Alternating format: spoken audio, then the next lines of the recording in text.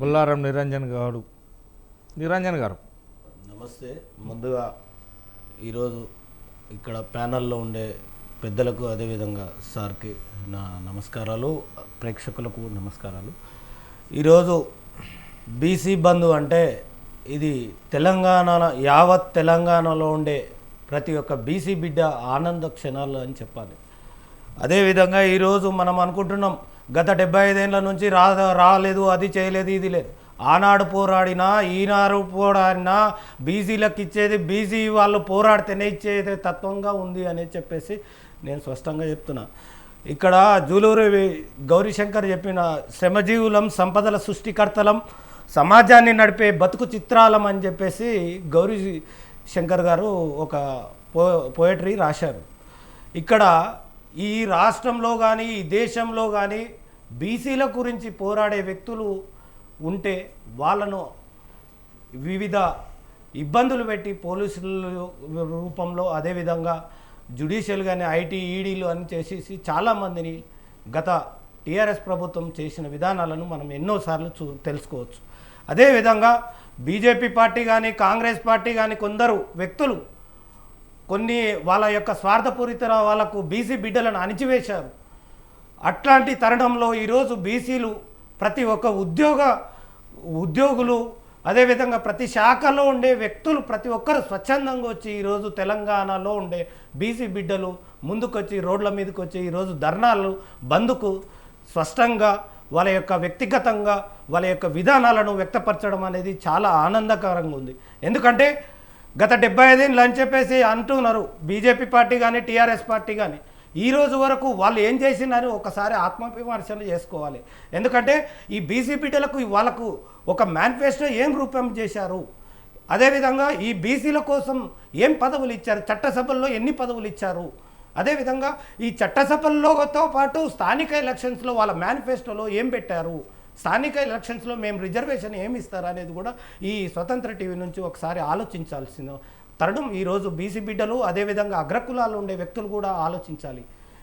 ఎందుకంటే ఈరోజు తెలంగాణలో ఉండే యావత్ తెలంగాణ బీసీ బిడ్డలు ముందుకొచ్చి రోడ్ల మీదకి ధర్నాలకు బంద్ పెట్టి స్వచ్ఛందంగా దీనికి వచ్చి వాళ్ళు పాల్గొనడం అనేది ఆనందకరంగా ఉంది. ఎందుకంటే మా యొక్క హక్కులను హరించే అగ్రకులాల వ్యక్తులు వాళ్ళ యొక్క స్వార్థాల కోసం వాళ్ళ యొక్క స్వార్థపూరిత వాళ్ళ వంశపాలు వాళ్ళ మా తాతలు మీ తాతలు అని చెప్పుకొని మా కుటుంబాలు అవి మా సనాతన ధర్మం ఇది అని చెప్పేసి సాకులు చూపించి మతం ముసుగులో ఈరోజు బీసీ బిడ్డలను అన్యాయంగా చంపుతున్నారు. అన్యాయంగా చట్టాలను వాళ్ళ చేతిలో వాళ్ళ చుట్టాలుగా అనుకొని వాళ్ళ మీద బీసీ బిడ్డల మీద ఈరోజు ఎన్నో కేసులు పెట్టడం జరిగింది. అట్లాంటి తరుణంలో ఈరోజు స్వచ్ఛందంగా ప్రతి బీసీ బిడ్డ ఈరోజు ముందుకు రావడం అనేది కూడా ఈ బీసీ బంద్ పిలుపు ఇవ్వడం కూడా ఈ కాంగ్రెస్ పార్టీ చాలా సంతోషకరంగా ఉంది. ఎందుకంటే మేము చెప్పినట్టు కాంగ్రెస్ ప్రభుత్వం ఎప్పుడైనా కానీ సిద్ధాంతాలకు ప్రజలకు యొక్క సమస్యల మీద పోరాడుతుంది అనేది కూడా స్పష్టంగా ఈరోజు కనబడుతుంది. ఎందుకు చెప్తున్నా అంటే 72 ఏళ్ళ 75 ఏళ్ళ అని 100 మంది చెప్తుంటారు. ఆ రోజు నుంచి ఈ రోజు వరకు బీసీ ఎస్సీ ఎస్టీ వాళ్లకు కేవలం కాంగ్రెస్ పార్టీ పోరాడింది. కాంగ్రెస్ పార్టీకి ఈరోజు సంక్షేమాల విధంగా రిజర్వేషన్ల విధంగా ఎస్సీ ఎస్టీ బీసీ వాళ్లకు రిజర్వేషన్ల రూపంలో తీసుకొచ్చిందంటే కేవలం కాంగ్రెస్ పార్టీ అని చెప్పగలగాలి. ఎందుకంటే ఈ దేశంలో ఏ ఒక్క రిజర్వేషన్ ఇచ్చిందంటే అది కాంగ్రెస్ పార్టీ అని చెప్తున్నా. నేను ఒక కాంగ్రెస్ బీసీ బిడ్డగా నేను చెప్పగలుగుతున్నా. ఎందుకంటే మనం కూడా ఆలోచించండి, బీసీ బిడ్డలారా, యావత్ తెలంగాణ బీసీ బిడ్డలారా, ఈరోజు కాంగ్రెస్ ఎంత రిజర్వేషన్ ఇస్తామని చెప్పేసి శాసనసభలో అమలు చేసింది. అమలు చేస్తే ఇది కేంద్రంలో పార్లమెంట్లో ఉంది. ఈ బిల్ పాస్ కాకపోవడం వల్ల ఈరోజు స్వచ్ఛందంగా మన తెలంగాణలో మనం ఈరోజు మరో ఉద్యమం నేపాల్లో ఉండే జెడ్ అనే ఉద్యమం టైపుగా అదేవిధంగా ఉండే తెలంగాణలో ఉండే ఉద్యమం తెలంగాణ కోసం ఆనాడు ఎట్లా పోరాడామో అదేవిధంగా ఈరోజు మనం స్వచ్ఛందంగా పోరాడడంలో మొదటి అడుగు ఈరోజు వేసినాం అనేది కూడా చెప్పొచ్చు. అదేవిధంగా మా ఒక పిసిసి అధ్యక్షులు కూడా ఈరోజు ముందుకొచ్చి మేము ధర్నాలో పాల్గొంటున్నామని చెప్పేసి చెప్పడంలో కూడా ఎలాంటి సందేహం లేదు.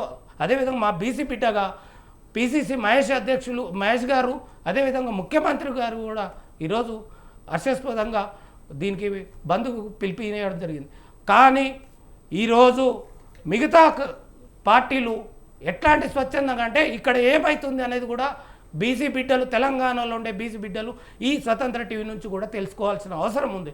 ఎందుకంటే అందరు శాకాహారులే, కానీ మరి కోడిని ఎవరు తీసుకుపోయినరు, కోడిని ఆడబెడితే అందరు శాకాహారులే, కోడి ఎవరు ఎత్తుకుపోయినారు అంటే ఏమో మాకు తెలియదు అన్నట్టు ఈరోజు కొన్ని పార్టీలు వాళ్ళ యొక్క వ్యక్తిగతంగా రూపంగా చూపిస్తున్నాయి. అదేవిధంగా వాళ్ళు చేస్తున్న విధానాల్లో ఒక భాగంగా రెడ్డి జాగృతి అని చెప్పేసి మాధవరెడ్డి అని వారి యొక్క విధానాలను అక్కడ న్యాయశాఖలో ఉండే న్యాయశాఖలు చెప్పేవాళ్ళు కానీ అధికారులు కానీ అదేవిధంగా న్యాయవాది కానీ ఎవరనేది కూడా ఈరోజు తెలంగాణ బీసీ బిడ్డలు స్పష్టంగా తెలిసిపోయింది. అది కూడా నేను చెప్పదలుచుకున్నా. అట్లాగే గత 15 ఏళ్ళ నుంచి బీసీల కోసం బీజేపీ పార్టీ, టీఆర్ఎస్ పార్టీ ఏం మేనిఫెస్టో ఇచ్చింది అనేది కూడా తెలుసుకోవాల్సిన అవసరం ఈరోజు తక్షణంగా మనం తెలుసుకోవాల్సిన అవసరం ఉంది. ఎందుకంటే మనకు ఈరోజు వరకు టీఆర్ఎస్ పార్టీ కానీ బీజేపీ పార్టీ కానీ ఎలాంటి రిజర్వేషన్లు ఇవ్వలేదు. మేము స్వచ్ఛందంగా పిలుపునిస్తున్నాం, మేము బంధుకు మేము సహకరిస్తామని చెప్తున్నారు. మరి మీ పార్టీ అగ్రనాయకుల దగ్గర మీరేం చెప్తున్నారు? మీ అగ్రనాయకుల దగ్గర మీరు పోయి ఎందుకు అడగట్లేదు?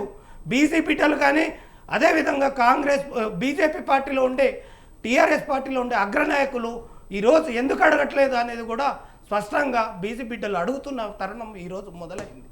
అట్లాగే బీజేపీ పార్టీ పార్లమెంట్లో బిల్ పాస్ చేయకపోవడం అనేది కూడా దౌర్భాగ్య స్థితి. మతం ముసుగులో ఈడబ్ల్యూఎస్ అని చెప్పేసి 6 రోజుల్లోనే పార్లమెంటులో రాజ్యసభలో అమలు చేసి ఈరోజు అగ్రకులాల యొక్క వాళ్ళ వైఖరిని స్పష్టంగా ఈడబ్ల్యూఎస్లో తెలిసిపోయింది. కానీ ఈరోజు బీసీ బిడ్డలకు అడిగితే, బీసీ బిడ్డల యొక్క హక్కులను అడిగితే, బీసీ బిడ్డల యొక్క రిజర్వేషన్లను అడిగితే ఈరోజు బీజేపీ పార్టీ నీరుగార్చి కేవలం సనాతన ధర్మం అని మతం ముసుగులో బీసీ బిడ్డలను ఆర్ఎస్ఎస్ రూపంలో అదేవిధంగా ఏబీపీ రూపంలో ఈరోజు చేయబోతున్నారు. అర్థం లేకుండా గాలికి వచ్చింది మాట్లాడితే ఎట్లా?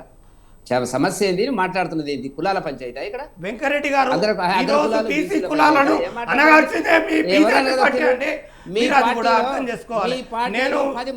నేను మీకు వ్యతిరేకం కాదు. మా యొక్క హక్కులను, మా బీసీ బిడ్డల యొక్క హక్కులను కూడా మీరు త్యజించేశారు. మీరు ఈరోజు అడగాల్సిన తరుణంలో మీరు మళ్ళా మమ్మల్ని క్వశ్చన్ చేస్తున్నారు. ఇది బాధాకరం. ఒక్క నిమిషం నేను చెప్తాను.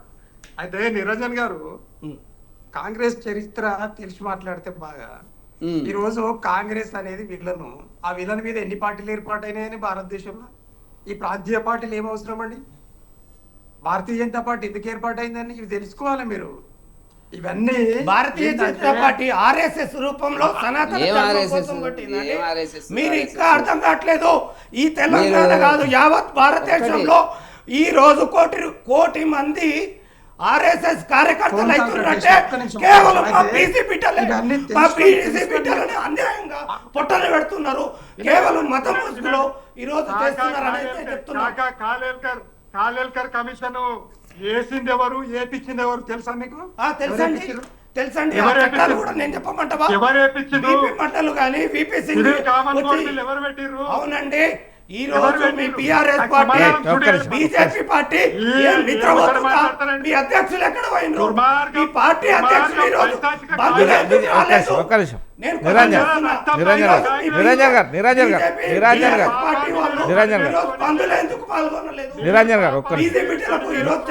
నిరంజన్ గారు ఒక్క నిమిషం.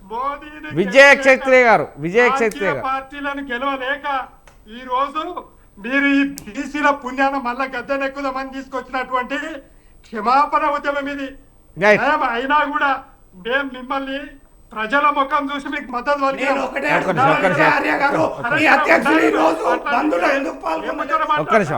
ఒకటే సూటి ప్రశ్న అడుగుతున్నా. టీఆర్ఎస్ పార్టీ అధ్యక్షుడు ఎక్కడ పోయిండు? నిద్ర పోయినా? ఈ తెలంగాణ న్యాయం చేయాల్సిన అవసరం లేదా? నిరంజన్ గారు ఒక్క నిమిషం.